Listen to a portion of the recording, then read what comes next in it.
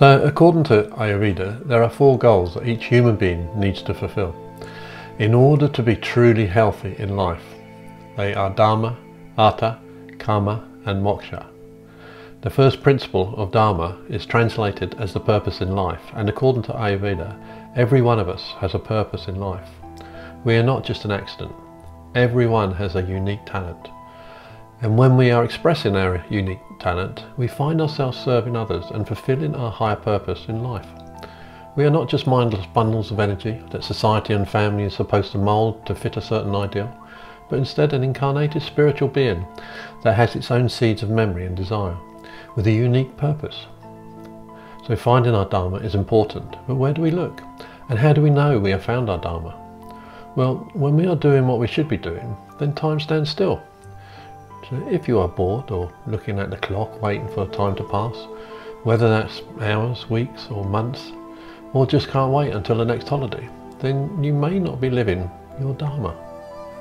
The second goal is Artha, or wealth. There is no shame or apology for living an abundant life. If we are living our Dharma, society and nature will support the value we are adding or expressing, and make sure that we are provided for, so that we have all we need to enjoy living in the material world, to fully live our Dharma. It's not about going for the money. If you just go after the money, then you will probably be chasing money forever. But if you go for what makes your heart full, then money will follow. And this is consistent with the Ayurveda model.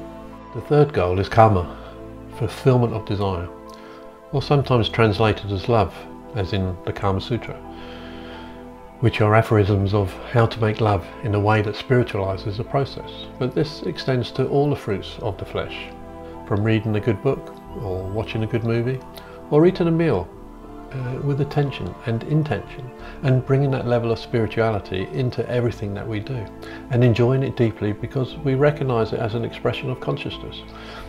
That is, at least for all of us whose Dharma or purpose was not to withdraw from the world, like with the clergy, the monks or the nuns. But for most of us, fulfillment of desire is natural and healthy, and it means bringing that level of spirituality into everything that we are doing. The fourth goal, and the most important, is moksha, or liberation. Recognizing that we are not just bodies of material matter encapsulating egos, but we are fields of information and energy, fields of intelligence, temporarily consolidating into this physical structure. We are not time-space events. We are timeless, we are spaceless, unbounded and internal. And that's who we really are, like waves in the ocean of consciousness. And when we recognize that, realize that, and experience that at every level, in every moment of our being, then we are forever liberated from the cycle of pain and suffering. So that ultimately is what healthy means, being in that state of enlightenment. When your doshas are balanced, when your digestive powers are functioning in a balanced way, when your tissues and elimination processes are working normally, when your mind, senses and soul are filled with bliss, then you are said to be healthy. Which is perhaps a little different from the Western medical approach, where when blood tests show results within an appropriate parameter range, it's considered healthy. In Ayurveda, health is not the absence of disease. Disease is the absence of health. Agni is probably the most important concept in Ayurveda. It means digestive power, the power to digest the world. Agni, as depicted right at the beginning of the Rigveda, one of the 4 Vedas or collections of Indian scripture that is considered to be amongst the earlier spiritual texts revered by a living tradition. And in this book it describes Agni as the process of the universe manifesting, maintaining for a while, and then dissolving. And that's true for everything that we can think of, whether that's our body, a flower, an insect, a business, a planet, or a star. There is nothing in the universe that doesn't have its lifespan described by Agni.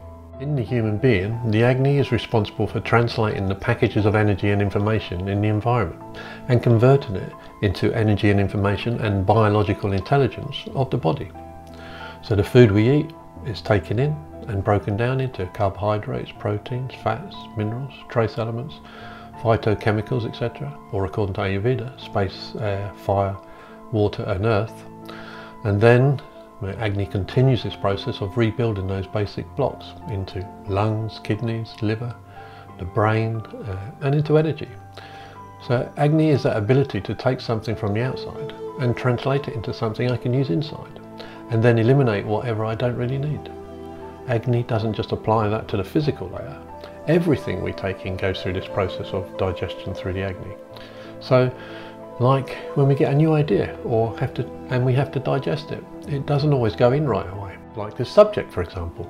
Most of us won't understand it for the very first time we hear it, and have to go over it several times, which is the process of our mind digesting the idea, breaking it down into smaller bits, so that we can absorb the smaller parts and then we reconstitute into our minds.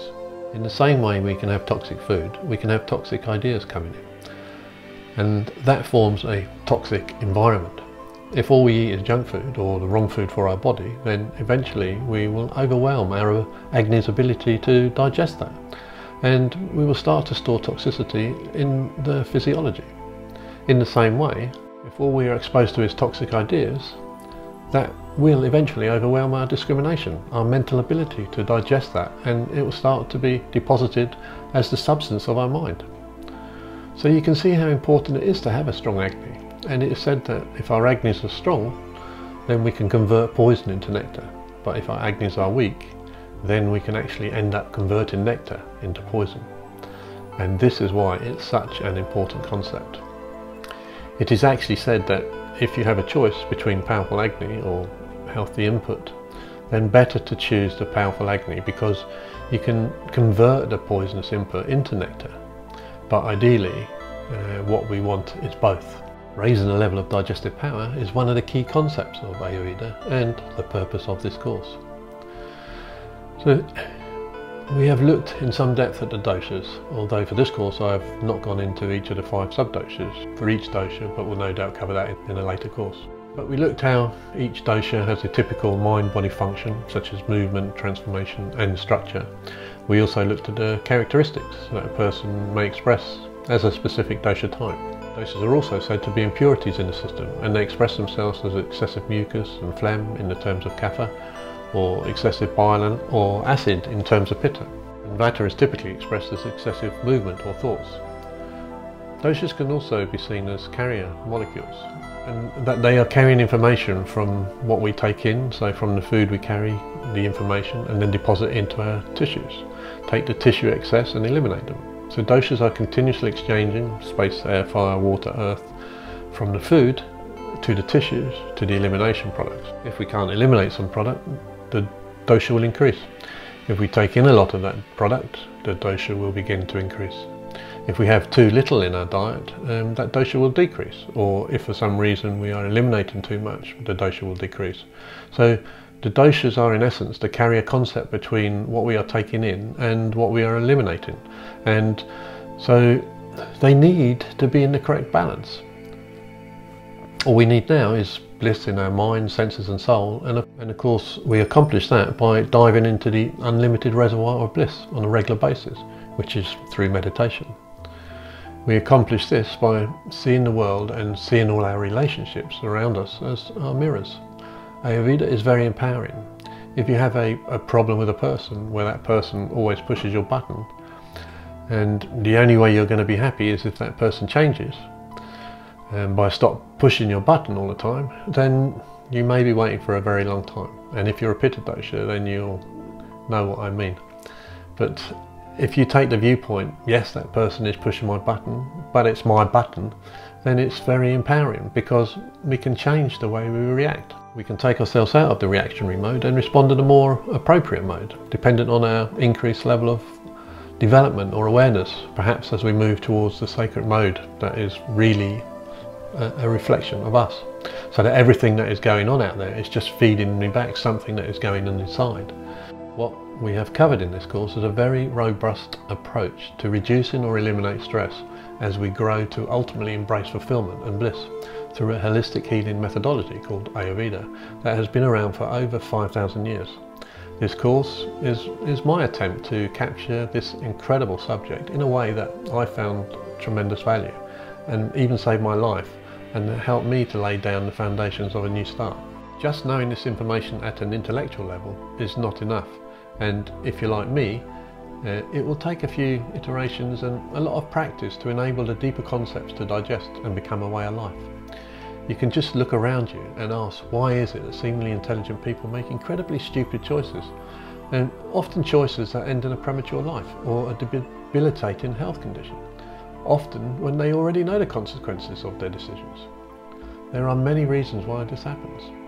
So this is why I feel it will be extremely beneficial to build an online community of members that I have personally connected with at some level, working with colleagues and friends that are also healers, teachers, practitioners, even counsellors or doctors, to continue to help people like you and me that really want to make a step change in improving our health and happiness and overall well-being.